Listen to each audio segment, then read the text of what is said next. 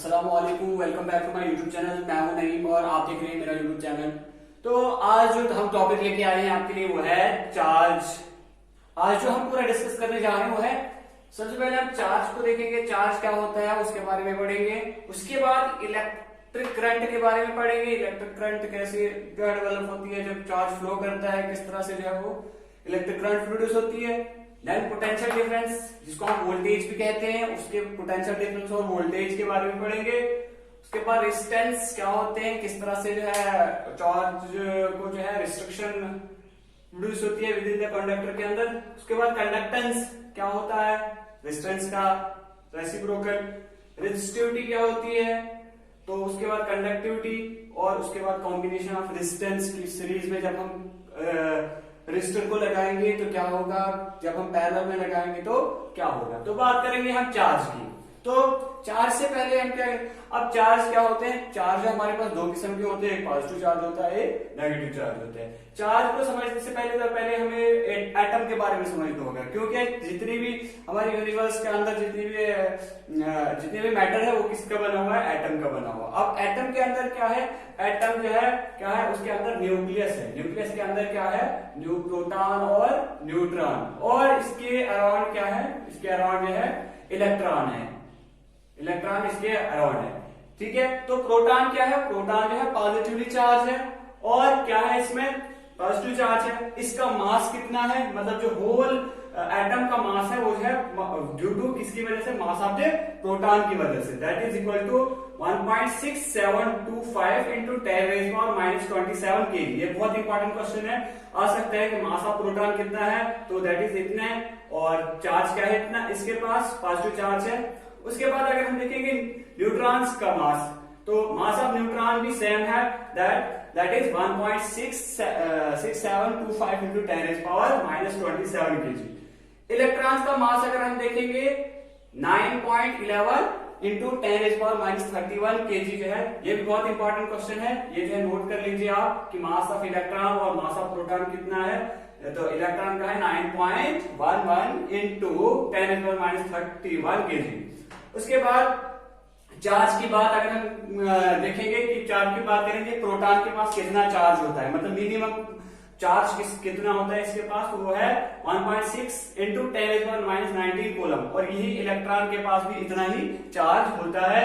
और जो न्यूट्रॉन है हमारा, ये न्यूट्रल है, इस पे जो है कोई चार्ज नहीं होता है, तो जिसकी वजह से जो हमारा एटम है वो स्टेबल रहता है पॉजिटिव चार्ज और नेगेटिव चार्ज की वजह से। और इसकी एक प्रॉपर्टी है, चार्ज की एक प्रॉपर्टी ये है कि जब क्या होता है कि जो हमारे पॉजिटिव और नेगेटिव चार्ज होते हैं, जो अनलाइक चार्ज होते हैं, वो क्या करते हैं, आपस में अट्रैक्ट करते हैं। लेकिन अगर लाइक चार्ज होंगे, पॉजिटिव पॉजिटिव होगा तो रेपल करेंगे, नेगेटिव नेगेटिव होगा तो रेपल करेंगे, पॉजिटिव नेगेटिव होगा तो अट्रैक्ट करेंगे। और एक बात और है, बहुत इंपॉर्टेंट है कि इसका जो एसआई यूनिट है, चार्ज का एसआई यूनिट क्या है, वो है SI unit of charges coulomb, SI unit of charges. बात करेंगे इलेक्ट्रिक करंट के बारे में। इलेक्ट्रिक करंट क्या है, rate of flow of electric charge, जो मतलब rate of flow of charge, जो हमने चार्ज पढ़ा तो उसका फ्लो होना। अब यहाँ पे बात होती है कि मतलब अब हर एक चीज है, मतलब जो है ये कंडक्ट तो नहीं ना करती है, कुछ जो है मेटल है, कुछ नॉन मेटल है, ठीक है, कोई जो है सेमीकंडक्टर है। तो अब कौन सा जो है यहाँ पे मटेरियल है कंडक्ट करेगा, जैसे हमारे पास मेटल जितने भी, वो क्या करेंगे, कंडक्ट। क्यों वो कंडक्ट करते हैं, क्योंकि उनके पास फ्री इलेक्ट्रॉन होते हैं। कंडक्शन जो है ड्यू टू किसकी वजह से होती है, फ्री इलेक्ट्रॉन आयंस वगैरह से होती है, मतलब फ्री चार्ज कैरियर्स की वजह से, या वो इलेक्ट्रॉन भी हो सकते हैं, प्रोटॉन भी हो सकते हैं, और आयंस भी हो सकते हैं। तो ये बात हो गई। उसके बाद हम देखते हैं कि करंट, इलेक्ट्रिक करंट के लिए जो फॉर्मूला है, इलेक्ट्रिक करंट अगर हमें निकालनी होगी किसी भी मटेरियल के अंदर, तो उसके लिए फॉर्मूला है हमारे पास I is equal to charge upon time. I is equal to मतलब कितनी, जो सपोज हमारे पास ये कितनी करंट जो है फ्लो कर रही है किसी कंडक्टर के अंदर, कितने टाइम के अंदर कितना चार्ज है फ्लो कर रहा है किसी भी मेटल के अंदर, कितने टाइम के अंदर, उसको हम क्या कहते हैं, current, that is I is equal to Q upon T। Suppose हमारे पास है ये एक मेटालिक रॉड है, इसमें फ्री चार्ज कर रहे हैं, मतलब इनका जो है कोई डायरेक्शन नहीं है। हमने क्या किया, इसमें एक सेल या बैटरी लगा दी, तो उसके बाद क्या हुआ कि यहां से क्या हुआ कि यहाँ इसका पॉजिटिव टर्मिनल था, इसको यहाँ जोड़ दिया, नेगेटिव टर्मिनल को नेगेटिव के साथ। यहाँ से क्या होगा कि जो ये नेगेटिव होगा, तो यहाँ पे क्योंकि ये नेगेटिव, इस मेटल के अंदर क्या है, फ्री इलेक्ट्रॉन है, तो दैट इज, तो यहाँ पे नेगेटिव और नेगेटिव रिपेल करेंगे और ये है इस डायरेक्शन में चलेंगे, ठीक है। तो ये जो है पॉजिटिव इसको अट्रैक्ट करेगा, पॉजिटिव और नेगेटिव यहाँ पे इस तरह से डेवलप हो जाएगा और इस तरह से जो है करंट चलना शुरू हो जाएगी। तो हम क्या कहेंगे कि जो करंट है that is equal to charge upon electric current, that is equal to charge upon time. कितना चार्ज फ्लो कर रहा है किसी कंडक्टर के अंदर से कितने टाइम के अंदर, उसको हम क्या कहेंगे, rate of flow of charge. अब इसका जो एसआई यूनिट है बहुत इंपॉर्टेंट है कि एसआई यूनिट ऑफ चार्ज ये इलेक्ट्रिक करंट इज एम्पियर। उसके बाद कि जो डिवाइस इस इलेक्ट्रिक करंट को मेजर करने के लिए यूज किया जाता है उस डिवाइस का नाम क्या है, उस डिवाइस का नाम है अमीटर। तो अब हम बात करेंगे किसके बारे में, पोटेंशियल डिफरेंस के बारे में, जिसको हम वोल्टेज भी कहते हैं। होप कि आपको इलेक्ट्रिक करंट के बारे में समझ। इसमें खाली इंपॉर्टेंट बात यह है कि एसआई यूनिट क्या है, इसका फॉर्मूला क्या है, I is equal to Q upon T. उसके बाद जो डिवाइस यूज किया जाता है to measure the electric current that is ammeter. उसके बाद अब हम पोटेंशियल डिफरेंस की बात करेंगे कि ये जो पोटेंशियल डिफरेंस है क्या है। तो पोटेंशियल डिफरेंस इज, या हम इसको वोल्टेज भी कहते हैं, work done per unit charge, work done per unit charge that is voltage.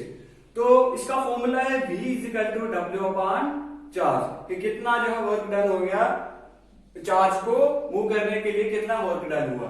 तो अब जो इसके लिए डिवाइस यूज किया जाता है वोल्टेज को मेजर करने के लिए दैट इज वोल्टमीटर। बहुत इंपॉर्टेंट है, तो ये याद रखना आपने।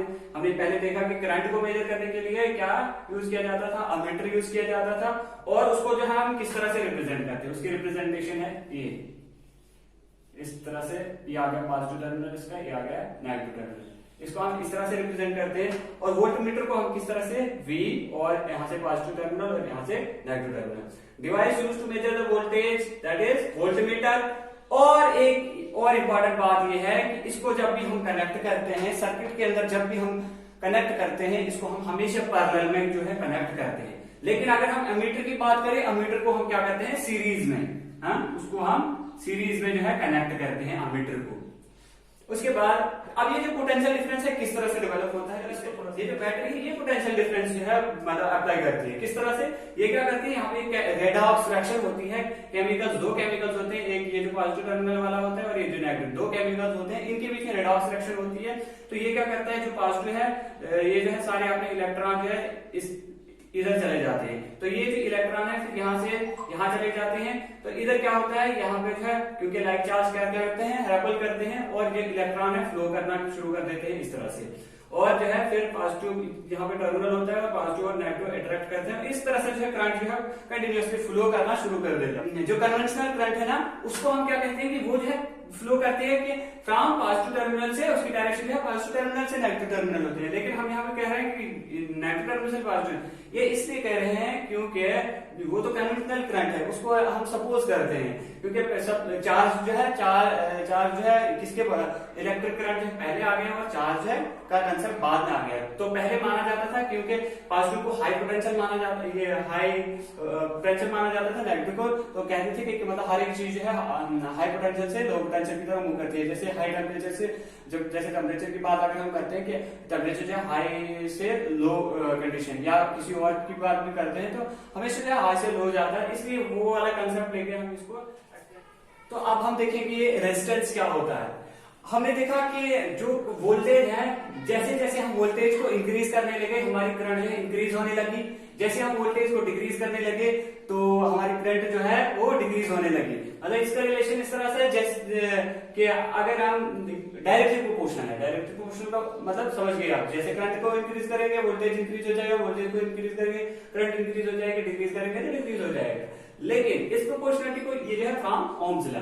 ओके, तो अब जो ये पोटेंशियल, ये डायरेक्ट प्रोपोर्शनलिटी कांस्टेंट है, इसको हमने हटाया किससे, आर से, बाया आर। अब ये आर क्या है, इसी आर को हम क्या कहते हैं, रेजिस्टेंस। तो हमारे पास जो ओम्स लॉ आ गया V is equal to I are.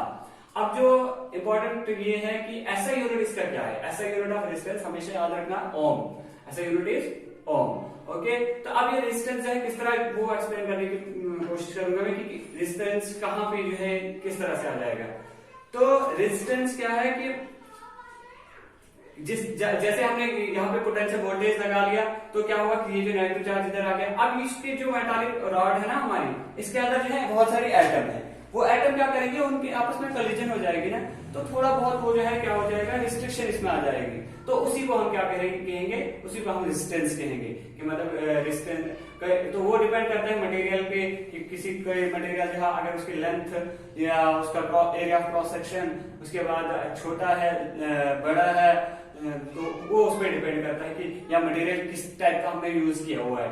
तो इसी का रेसिप्रोकल अगर हम देखेंगे, रेजिस्टेंस का reciprocal that is conductance. Conductance that is equal to 1/R। तो इसको हम डिनोट करते हैं G के साथ। ऐसा यूनिट ऑफ कंडक्टेंस अगर हम देखेंगे दैट इज, अगर ऐसा यूनिट ऑफ रेजिस्टेंस इज ओम, तो इसका क्या हो जाएगा, इसका आ जाएगा पर ओम या 1/ओम भी इसको लिखेंगे हम 1/ओम। अब हम बात करेंगे रेजिस्टिविटी की।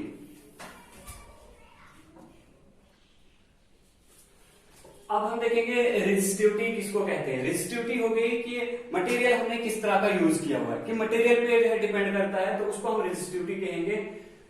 अब हमारा जो आर है रेजिस्टेंस जो है वो जो है डायरेक्टली प्रोपोर्शनल है लेंथ, कि मतलब जितना ज्यादा रेजिस्टेंस हमारा होगा उतनी ज्यादा लेंथ, जितनी कम लेंथ होगी ना, क्योंकि सिंपल सी बात है कि जब हम क्या करने लगे, अगर इसकी लेंथ बहुत ज्यादा होगी तो यहाँ पे बहुत सारे एटम होंगे, वो कोलिजन बार बार कोलिजन कर जब तक यहाँ पहुंचेगा तो बहुत सारा रेजिस्टेंस ऑफर हो जाएगा।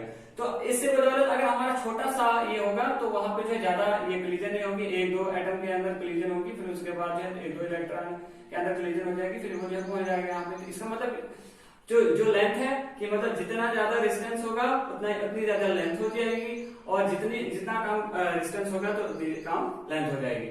और जो रेजिस्टेंस है inversely proportional to area. Area का मतलब क्या होगा कि सिंपल सी बात है, अगर दो पाथ हैं ये सपोज, तो यहां से क्या होगा कि ये जो है छोटा पाथ है और यहां से, तो यहां से क्या करेगा, इलेक्ट्रॉन जो है इजिली जो है मूव करेगा और यहां से थोड़ी सी दिक्कत आ जाएगी।